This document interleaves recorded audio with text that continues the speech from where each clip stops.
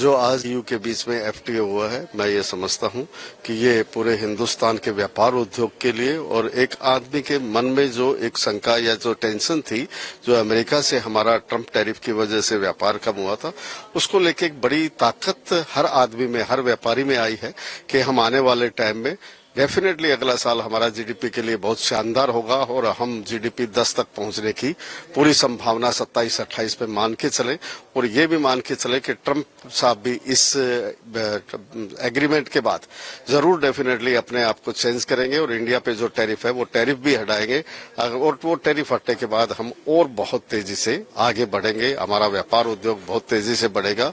मैं देश के शीर्ष नेता माननीय श्री नरेंद्र मोदी जी को इसके लिए बधाई भी देना चाहता हूं और साथ में पीयूष गोयल जी को भी इसके लिए बधाई देना चाहता हूं। केंद्र का जो बजट आ रहा है, हम ये मान के चल रहे हैं या रिपोर्ट ये मान रही है कि हमारा जो पीछे एक्सपोर्ट के लिए बढ़ाने के लिए अगर हमारे अपने देश की जीडीपी को और आगे ले जाना है, लोगों को रोजगार देना है, तो हमारा एक्सपोर्ट और लगातार बढ़ना चाहिए। एक्सपोर्ट के लिए हमने लगातार केंद्र सरकार को अपने सुझाव भेजे हैं कि कैसे हम अफ्रीका कॉन्टिनेंटल में अपना एक्सपोर्ट बढ़ाए। अफ्रीका एक ऐसा कॉन्टिनेंटल है जहां पे 90% वो अपने प्रोडक्शन को आयात करते हैं और उसमें इंडिया का शेयर आज की तारीख में 16 से 18% है। तो अभी हमारे लिए बहुत गैप बाकी है।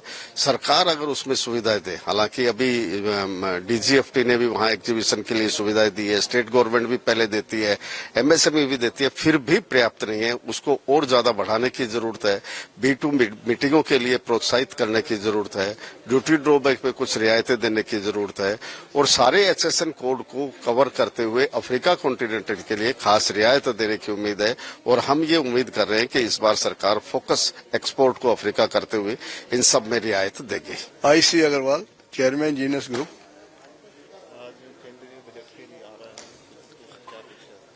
केंद्रीय बजट में ये अपेक्षा है कि कैसे और इंडस्ट्रियलाइजेशन बढ़े, कैसे और जो है जॉब मिले, जो बढ़े, नौकरियां मिले। तो इसके लिए ये कि आप जो अभी इलेक्ट्रॉनिक्स, इलेक्ट्रिकल्स और कंपोनेंट्स और सेमीकंडक्टर पे जो स्कीम सितंबर में बंद हुई है, उसको 1 साल और बढ़ाया जाए जो है, ताकि और इंडस्ट्री आए।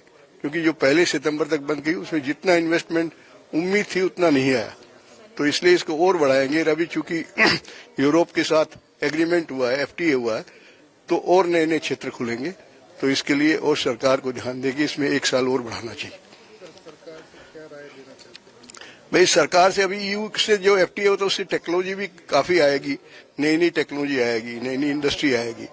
तो उससे सरकार अगर जो है लास्ट जो स्कीम बंद हुई है उसको दोबारा चालू करेंगे तो और बेनिफिट्स मिले। इससे बहुत फायदा होगा। इससे तो क्या है कि बहुत सारे बाजार खुल जाएंगे। जो हमें अमेरिका के टैरिफ जो लगाने की वजह से जो नुकसान हुआ है उसकी भी भरपाई हो जाएगी और जो अमेरिका भी धीरे धीरे जब आ जाएगा तो उसमें और बूस्ट मिलेगा। हाँ, मैं अभी 40 विमेन विंग में प्रेसिडेंट हूँ और कहीं ना कहीं महिला उद्यमियों को रिप्रेजेंट करती हूँ। जी देखिए, ये समझौता एक बहुत अच्छी पहल है क्योंकि ट्रंप के टैरिफ के बाद कहीं ना कहीं हम लोग हिले हुए थे कि आगे क्या होगा। जितने भी उद्यमी हैं, जो छोटी SMEs और MSME जो महिलाएं हैं, वो कहीं ना कहीं डरी हुई थी क्योंकि सुनी सुनाई बातों पे वो यकीन करती है। इस समझौते के बाद बहुत बड़ी उम्मीदें हैं कि कुछ अच्छा होने वाला है। देखिए, हमेशा बजट महिलाओं के लिए कुछ ना कुछ अच्छा लेके आता है और इस बार भी वही उम्मीदें हैं। एज एन इंडस्ट्रियल प्रेसिडेंट होने के नाते जो सबसे बड़ी उम्मीद हमें इस बजट से वो है कि जब जिस तरीके से ये इंडस्ट्रियल पार्क डेवलप करते हैं तो कहीं ना कहीं वहां पे फीमेल्स का भी रिजर्वेशन होना चाहिए, क्योंकि जो एक महिला है वो उद्यमी बनने से पहले बहुत सारे चैलेंजेस फेस करती है, चाहे वो फाइनेंशियली हो, चाहे वर्क लाइफ बैलेंस हो, स्किल डेवलपमेंट हो, या कहीं ना कहीं ऐसा एक पोर्टल प्रोवाइड होना चाहिए जिसमें महिलाओं के सारे प्रॉब्लम का सॉल्यूशन वन विंडो रूफ में हो। सो ये जो बजट आएगा कहीं ना कहीं इस बार इंडस्ट्रियल महिलाओं के लिए, MSMEs के लिए बहुत बड़ा मुझे लग रहा है कि एक्सपेक्टेशन लेके आ रहा है। तो हमें उम्मीदें बहुत हैं इस बजट से।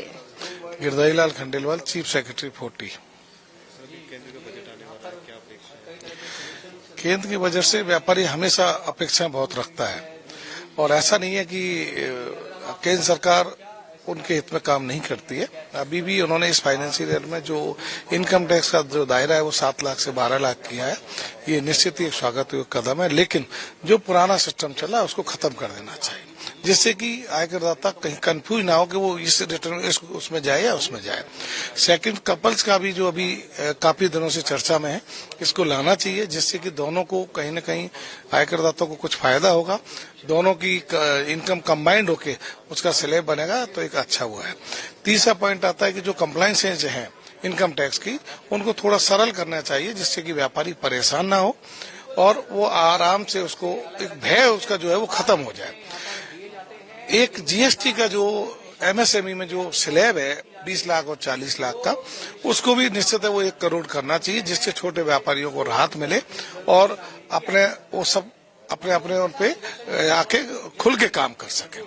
तो इस तरीके का इनकम टैक्स में इस तरह के कुछ संशोधन लाने चाहिए, जिससे कि अपने व्यापारी और अपना देश आगे बढ़े।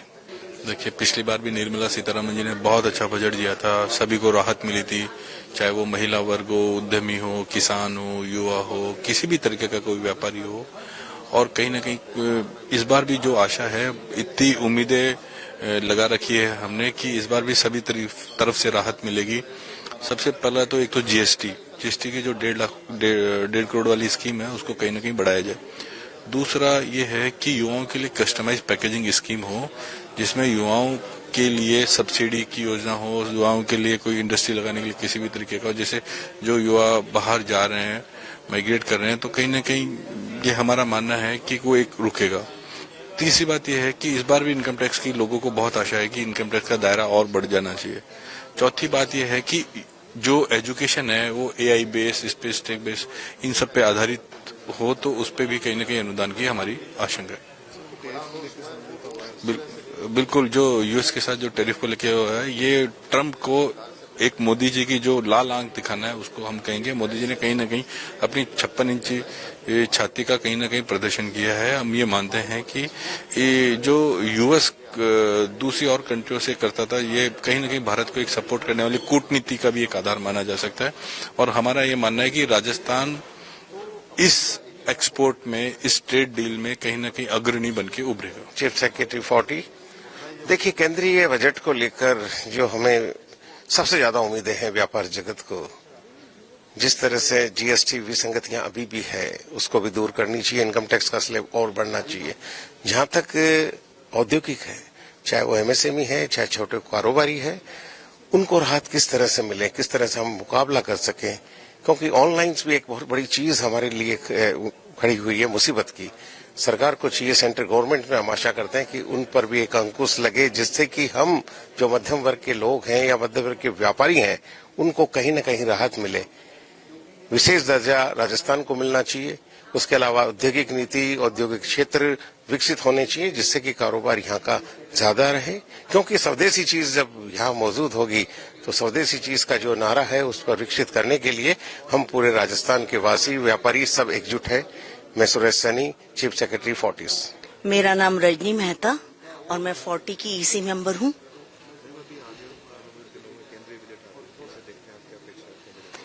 वैसे तो बहुत सारी उम्मीदें लगाई जा रही हैं, लेकिन जिस हिसाब से मैं सोचती हूँ, मेरे को ऐसा लगता है आने वाले टाइम में महिला उद्यमियों के लिए खूब सारी फैसिलिटीज होनी चाहिए। सरकार को वन फ्रेम कुछ इस तरह से पेश करना चाहिए कि उसमें इजी लोन, इजी उनकी कोई भी चीज करने के लिए टैक्स इजी, और ये सब करके महिलाओं को ज्यादा से ज्यादा आगे बढ़ाया जाए। उनको थोड़ा सा इस तरह से कुछ इंतजाम होने चाहिए कि टैक्स कम से कम लगा जाए और हर काम उनका इजीली हो जाए। किसको लेके? मेरे को कोई खास ज्यादा ऐसे उम्मीद लगती नहीं, फिर भी अच्छा रहेगा शायद। अपेक्षाएं तो मैं ज्यादातर एजुकेशन से जुड़ी हुई हूँ, तो सबसे ज्यादा अपेक्षाएं तो उसके लिए लग रही हैं कि जितना भी हम, जैसे कि ग्रामीण महिलाएं होती हैं, बच्चियां होती हैं, उनको जितना भी बढ़ावा दें और जितना भी पढ़ाएं उनको, वो उनके लिए अच्छा है। बट हायर स्टडीज के लिए वो इस माध्यम से रह जाती हैं, क्योंकि बजट में हमेशा उनका जो है वो कम रह जाता है। तो इसलिए मैं यही कहना चाहूंगी कि जितनी भी नारियां हैं, जितने भी बच्चियां हैं, स्पेशली ग्रामीण जो एरियाज की हैं, उनको हमें सबसे ज्यादा बढ़ावा देना चाहिए। तो ये बजट के लिए। बाकी दूसरा दूसरा मैं ये कहना चाहूंगी कि जितनी भी गृहिणियां हैं जो कि बाहर जाके काम नहीं कर सकती हैं, तो उनके लिए भी बजट इतना कम होना चाहिए और इस तरह से उनको बचाना चाहिए कि आगे वो कुछ बचा भी सकें घर में और कुछ नए स्तर पे नए रोजगार कर सकती हैं। आपके राज्य की खबरें, आपके शहर की खबरें सबसे पहले जानने के लिए देखते रहें अमर उजाला। चैनल को सब्सक्राइब जरूर कर लें और पाएं हर अपडेट।